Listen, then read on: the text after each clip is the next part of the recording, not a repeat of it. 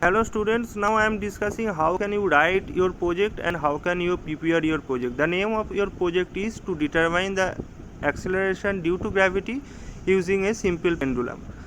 Next you have to write what is your aim, that is aim of your project, that is to determine the acceleration due to gravity using a simple pendulum, same as the name of your project. Next you have to write what is the index. In the index part you have to write some serial number, then you have to give a title and page number. In the part of title you have to write all the subheading of your project, that is suppose I am written here acknowledgement, objectives, apparatus, theory and working principle, observation, result, conclusion, bibliography. Because I am making this subheading throughout my project, so I am just writing all these things in the index. Okay, if you write some extra thing you have to write that thing in the index, and you have to write the page number of that thing, in which number of page you are writing that thing. So the first thing is acknowledgement. I am written here I am written here a sample acknowledgement for all of you, so you can take a help from here. Next, the objective. What is objective? Objective means what is the main purpose of your project, that is to determine the acceleration due to gravity using simple pendulum for different length of the pendulum. Okay, and here you have to determine two things. One is the radius of the bob, and second thing is the determination of the time period of oscillation differ for different length. You have to use some different length of the pendulum, and for different length you have to calculate what is the time period of oscillation. I will give you in the later part of this video you can see how I am using this simple pendulum, how I am measuring the value of the time period, and etc., how I am determine the radius of the ball, etc. So at the later part of this video you can see all these things. Here we am just discussing the theory parts. Okay, next, the apparatus. What is the apparatus part? In apparatus part you have to write all these things which you are using throughout your experiment. Okay, which you are using throughout your experiment. For example, I am just written here a clamp with a stand, a thread, a ball, and stop clock, and watch or scale.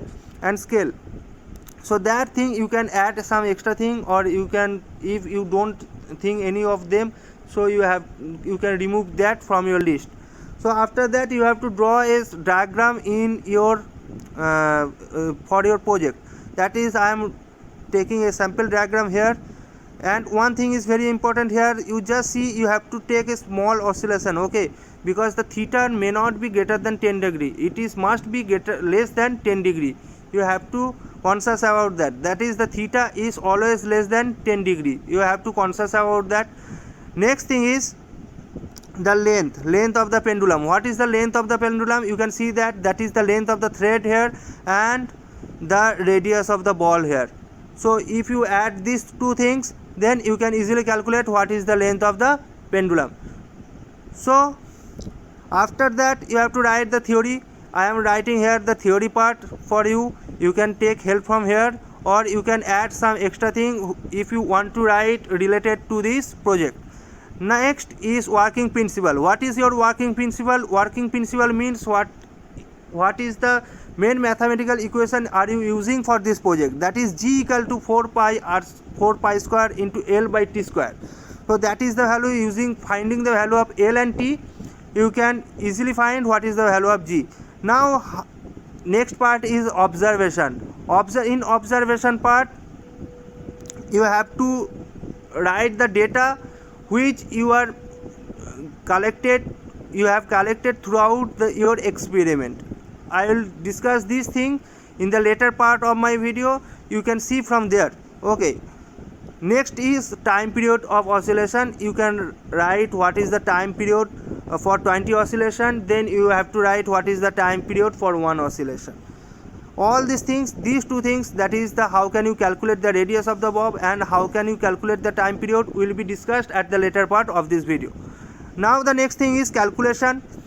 From the two above data you have to calculate what is the value of G, and you have to write in the result part what is your result of this experiment. Then conclusion part. In the conclusion part, you can compare your result with the theoretical value of g, that is acceleration due to gravity, and you can write this thing, that is your experimental value and that is the theoretical value. And at last, the bibliography. What is bibliography? Bibliography means from where you are just taking the, so that is means the source from where you are taking the working principle, from where you are taking the theory part, etc., etc. It can be any book, it can be any net from, it can be any website, it can be any journal, etc., etc.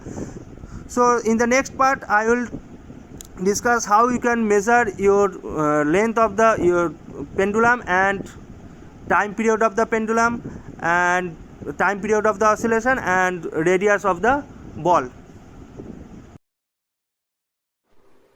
Okay, now we have to calculate the circumference of this ball, and then we have to calculate from there what is the radius of the ball. To calculate the circumference of this ball, what we have to do? We have to do like that. That is the total circumference of this ball. And what will be the radius of the ball? The radius of the ball will be the circumference by 2 pi. That will be r. So that will be the radius of this ball, and you have to calculate this radius and you have to add this radius with the length of the thread. That will be your total length of the pendulum. So the total circumference of this ball will be like that. That is the total circumference of this ball. So you have to calculate it, and then by dividing it 2 pi or 6.28, then you can calculate easily what will be the radius, that is r. So then you have to calculate this radius, and you have to repeat this process 2 to 3 times, and then you have to calculate what is the mean radius for the most accurate radius. Okay, so thank you. Okay, now we have to find the time period of the oscillation. What is the length of the thread? The length of the thread is from here to here. That is the length of the thread. You have to calculate this length of the thread by using a scale. Now you have to find what is the time period for oscillation. You have to find what is the time period for 20 oscillation. Okay, for 20 oscillation, when you oscillate here, it will go the extreme left position, then it will go to the extreme right position. Okay, that is complete one oscillation. From here it is go here, then here. When you calculate what is the time period for 20 oscillation, then you have to divide it by 20, then you can calculate what is the time period for one oscillation. Now I am going to calculate what is the time period for 20 oscillation. I am starting from here. Here is a stopwatch. You can use this stopwatch for calculating the time for 20 oscillation. Now I am going to calculate time period for 20 oscillation from here. Now I am going to start. Right. Okay, that is 1 2 3 4 5 6 7 8 9 10 11 12 13 14 15 16 17 18 19 and 20. Yes, the oscillation, that is the time period for 20 oscillation is 28 seconds. So what is the time period for one oscillation? That will be 28 by 2, that will be 28 by 20, and you can calculate time period for one oscillation, that will be 1.4.